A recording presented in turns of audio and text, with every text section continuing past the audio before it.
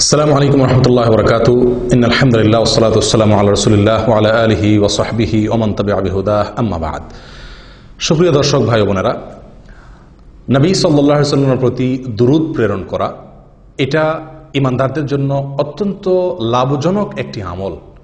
এমন একটি লাভজনক আমল যার 40টি উপকারিতার কথা বর্ণনা করেছেন আল্লামা ইবনুল কাইয়্যিম রাহিমাহুল্লাহ। তার কিতাবে তিনি নবী সাল্লাল্লাহু আলাইহি ওয়াসাল্লামের প্রতি দুরূদ পাঠের 40টি উপকারিতা, একটি দুটি বা চারটি ছয়টি নয়, 40টি উপকারিতার কথা তিনি বর্ণনা করেছেন। তার সবগুলো আমরা উল্লেখ করতে যাব না, মাত্র 5-6টি গুরুত্বপূর্ণ উপকারিতার কথা আমরা আজ আপনাদের সঙ্গে শেয়ার করতে চাই। প্রিয় বন্ধু, নবী সাল্লাল্লাহু আলাইহি ওয়াসাল্লামের প্রতি দুরূদ প্রেরণ করা, তার জন্য দুরূদ পাঠ করার মানে হলো তার জন্য দোয়া করা, শান্তির জন্য, রহমতের জন্য আল্লাহ সুবহানাহু ওয়া তাআলার কাছে আরজি পেশ করা। এটাই হলো দুরূদের সারমর্ম। দরুদ পাঠ করা মানে হলো নবীজির জন্য দোয়া করা। প্রিয় বন্ধু, নবী সাল্লাল্লাহু আলাইহি ওয়াসাল্লামের প্রতি দরুদ পাঠ করলে, তার জন্য দোয়া করলে তার সর্বপ্রথম উপকারিতা আমরা নিজেরা লাভ করব। আমরা দোয়া না করলেও আল্লাহ তাআলা তার হাবিবের প্রতি রহমত নাজিল করবেন। আমরা দোয়া না করলেও আল্লাহ সুবহানাহু ওয়া তাআলা তার হাবিবের প্রতি রহমত নাজিল করবেন। কিন্তু আমরা দোয়া করার মাধ্যমে, আমরা দরুদ পাঠ করার মাধ্যমে আমরা নিজেরাই লাভবান হব। প্রিয় বন্ধু, আসুন আমরা দুরূদ সম্পর্কে নবী সাল্লাল্লাহু আলাইহি ওয়াসাল্লামের বাণী থেকে গুরুত্বপূর্ণ কয়েকটি পয়েন্ট জেনে নেই, যেগুলো আমাদের সকলকে আমলটি করতে উৎসাহ যোগাবে ইনশাআল্লাহ বিইذنিল্লাহ।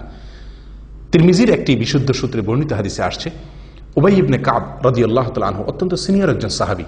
তিনি নবী সাল্লাল্লাহু আলাইহি ওয়াসাল্লামের কাছে একবার বলেছিলেন, ইয়া রাসূলুল্লাহ, আমার যত দোয়া আছে তার ভেতরে কত পার্সেন্ট দোয়া আপনার জন্য বরাদ্দ করব?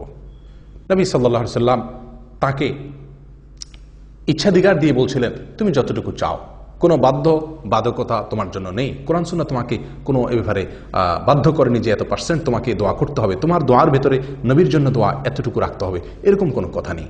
তখন উবাই ইবনে কাব রাদিয়াল্লাহু তাআলা আনহু নবী সাল্লাল্লাহু আলাইহি ওয়াসাল্লামকে বলছিলেন, ইয়া রাসূলুল্লাহ, তাহলে আমি যদি আমার দোয়ার মধ্যে 1/4 আপনার জন্য বরাদ্দ রাখি, অর্থাৎ যত দোয়া করি তার ভিতরে 4/1 শুধুমাত্র আপনার জন্য দোয়া করি।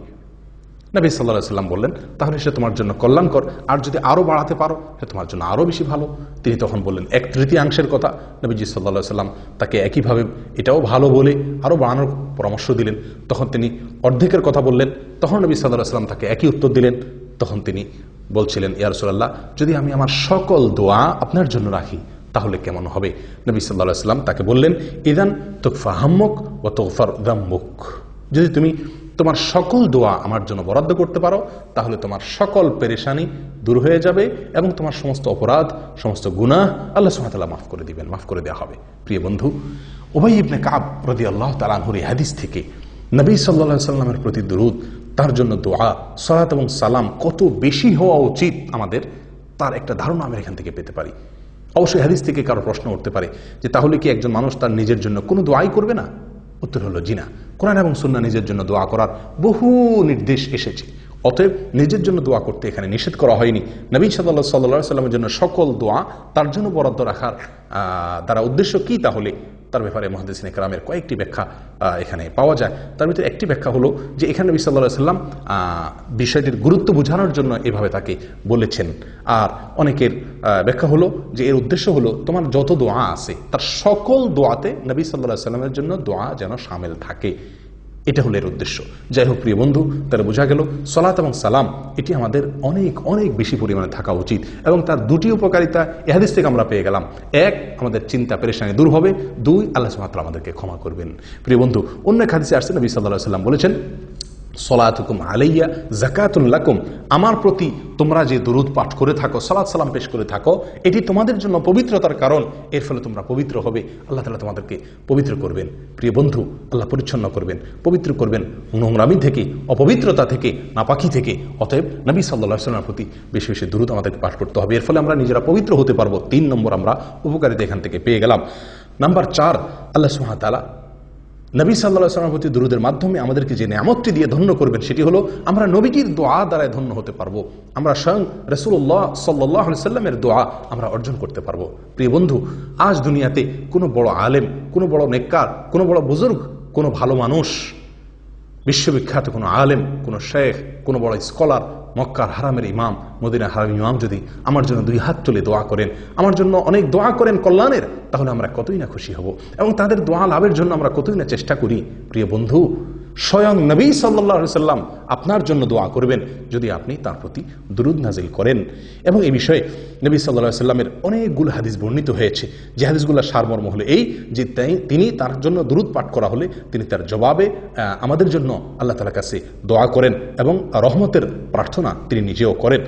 নবী সাল্লাল্লাহু আলাইহি সাল্লাম এরকমভাবে এক হাদিসের ভিতরে আসছে সহিহ মুসলিমের, তিনি বলেছেন, তোমাদের কেউ যদি আমার কাছে সালাম পেশ করে, সালাত পেশ করে, তাহলে আমার কাছে একজন ফেরেশতা যখন ওটা পেশ করেন, ওটা উপস্থাপন করেন, তখন আমি তার জবাবে ওই সালাত পাঠকারী ব্যক্তির জন্য তার জবাব দিয়ে থাকি, জবাবি সালাম দিয়ে থাকি, অর্থাৎ আমিও তার জন্য শান্তির দোয়া করে থাকি। আল্লাহ সুবহানাহু ওয়া তাআলা বলেন, ওয়াসাল্লি আলাইহিম ইন্না সালাতাকা সাকানুন লাহুম। হে রাসূল, আপনি আপনার উম্মতের জন্য দোয়া করুন, আপনার দোয়া তাদের জন্য শান্তির কারণ। প্রিয় বন্ধু, সালাত এবং সালাম নবীর প্রতি প্রেরণ করলে স্বয়ং নবীজির দোয়া আমরা লাভ করতে পারবো। প্রিয় বন্ধু, নবী সাল্লাল্লাহু আলাইহি সাল্লামের এক হাদিসে তিনি বলেছেন যে ইন্নাল্লাহা ওয়াক্কালা মালাকাম মিনাল মালাইকা, আল্লাহ তাআলা ফেরেশতা নির্ধারণ করে রেখেছেন কি কাজের জন্য? যে ফেরেশতার কাছে সমস্ত আদম সন্তানের বায়োডাটা দেওয়া আছে, সবার নাম ধাম দেওয়া আছে। যখনই কেউ দুরূদ পাঠ করে, ওই ফেরেশতা নবী সাল্লাল্লাহু আলাইহি সাল্লামের কাছে সেই দুরূদকে পেশ করেন এবং বলেন, ইয়া রাসূলুল্লাহ, আপনার উম্মতের অমুক সদস্য, অমুকের সন্তান অমুক, সে আপনার প্রতি দুরূদ পাঠ করেছে, দুরূদ প্রেরণ করেছে। তখন নবী সাল্লাল্লাহু আলাইহি সাল্লাম তার জবাব দিয়ে থাকেন, অর্থাৎ তিনিও তার জন্য রহমতের দোয়া করে থাকেন। প্রিয় বন্ধু, যত বেশি আপনি ইস্তেগফার করবেন, তত বেশি নবীজির দোয়া লাভ করতে পারবেন।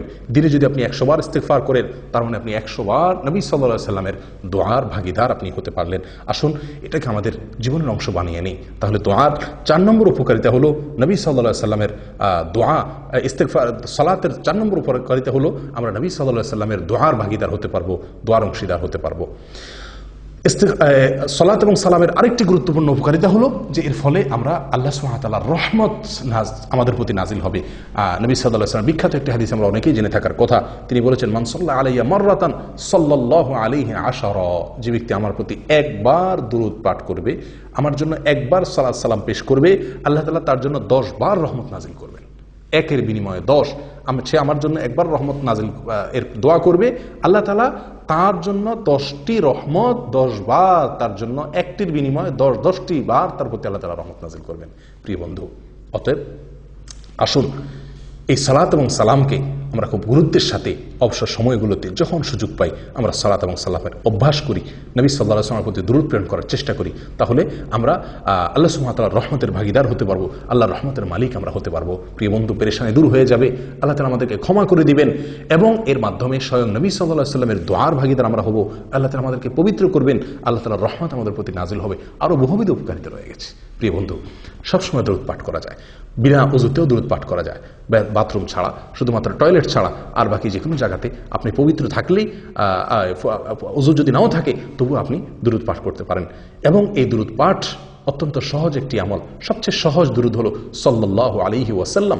আমরা সাধারণত আজকাল নবী সাল্লাল্লাহু আলাইহি ওয়াসাল্লামের নাম শুনলে হয়তো বড় জোর সাল্লাল্লাহু আলাইহি ওয়াসাল্লাম অনেকে বলি, আবার অনেকে বিভিন্ন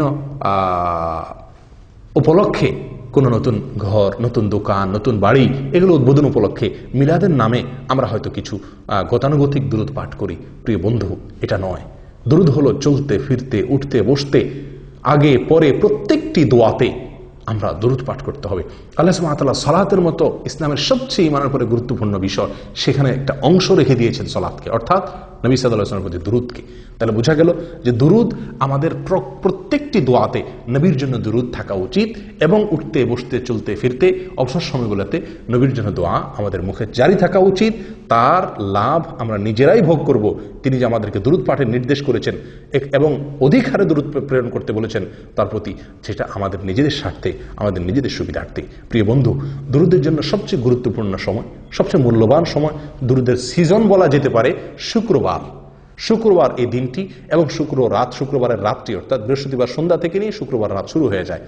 বৃহস্পতিবার সন্ধ্যায় সূর্য যাওয়ার সঙ্গে সঙ্গে শুক্রবারের হিসাব শুরু হয়ে যায়। এক হাদিসে তো আলাদা শুক্রবার দিন এবং শুক্রবার রাত, এই উভয়টিকে নবী সাল্লাল্লাহু আলাইহি ওয়াসাল্লাম আলাদাভাবে উল্লেখ করে বলেছেন যে তোমরা এই শুক্রবার দিনে এবং শুক্রবার রাতে আমার প্রতি দুরূদ প্রেরণ করো। ইবনে মাজাহ এক হাদিসে আসছে। প্রিয় বন্ধু, শুক্রবারে নবী সাল্লাল্লাহু আলাইহি ওয়াসাল্লামের প্রতি দুরূদ পাঠ করার বিষয় আরো অনেকগুলো হাদিসে আসছে, যেগুলোর খোলাসা কথা হলো যে শুক্রবার তোমরা আমার প্রতি দুরূদ পাঠ করো। নবী সাল্লাল্লাহু আলাইহি ওয়াসাল্লামের হাদিস সহিহ মুসলিমে যেটি বর্ণিত হয়েছে, তিনি ইরশাদ করেছেন, যে ইন্না আফদাল আইয়ামিকুম ইয়াউমুল জুমআ, নিশ্চয়ই তোমাদের এই দিনের ভিতরে সপ্তাহের সবচেয়ে সেরা এবং শ্রেষ্ঠ দিন হলো জুমার দিন। অতএব কি করো, ফাআকথিরু আলাইয়া মিনাস সালাতি ফি, অতএব এই দিনে তোমরা আমার প্রতি বেশি বেশি দুরূদ পাঠ করো। জুমার দিনে যত বেশি সম্ভব দুরূদ পাঠ করতে হবে। জুমার দিনে যত নফল আমল আছে প্রিয় বন্ধু, জুমার সালাতের পরে জুমার দিনের সবচেয়ে গুরুত্বপূর্ণ নফল আমল হলো নবী সাল্লাল্লাহু আলাইহি ওয়াসাল্লামের প্রতি সালাত এবং সালাম পেশ করা, এরপর সূরা কাহফ ইত্যাদি। প্রিয় বন্ধু, আসুন দুরূদকে আমাদের জীবনের অংশ বানিয়ে নেই, আল্লাহর রহমতের ভাগিদার হব, গুনাহ মাফ হবে, পেরেশানি দূর হবে। আল্লাহ সুবহানাহু ওয়া তাআলা এই দুরূদের মাধ্যমে আমাদেরকে পবিত্র করবেন এবং স্বয়ং নবী সাল্লাল্লাহু আলাইহি ওয়াসাল্লামের দোয়ার ভাগিদার আমরা হতে পারব। আল্লাহ তাআলা আমাদের সকলকে দুরূদের আমলটিকে সবসময় নিয়মিত করার তৌফিক দান করেন। দুরূদ, সবচেয়ে শ্রেষ্ঠ দুরূদ হলো দুরূদ ইব্রাহিম, যেটি আমরা সালাতের মধ্যে পড়ে থাকি।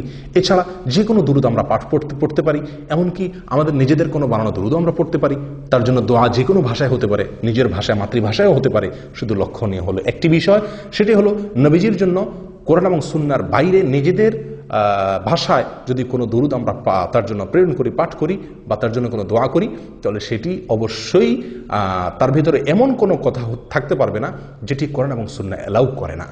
যেমন কথার কথা, আপনি যদি নবীর প্রতি দুরূদ প্রেরণ করতে গিয়ে তার প্রশংসায় এমন কোনো বাক্য ব্যবহার করেন যেটি কোরআন এবং সুন্নাহ আলোকে নিষিদ্ধ, অর্থাৎ যেটি হয়তো আল্লাহর শান, আপনি বাড়াবাড়ি করলেন।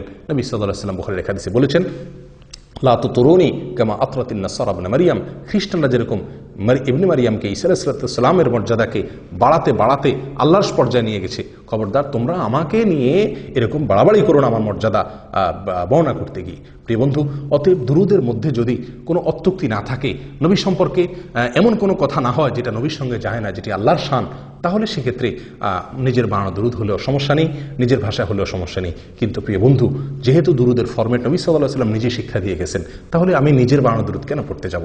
সবচেয়ে উত্তম দুরূদ ইব্রাহিম পাঠ করা এবং সবচেয়ে সংক্ষেপ দুরূদ হলো সাল্লাল্লাহু আলাইহি ওয়াসাল্লাম। আর এই দুটার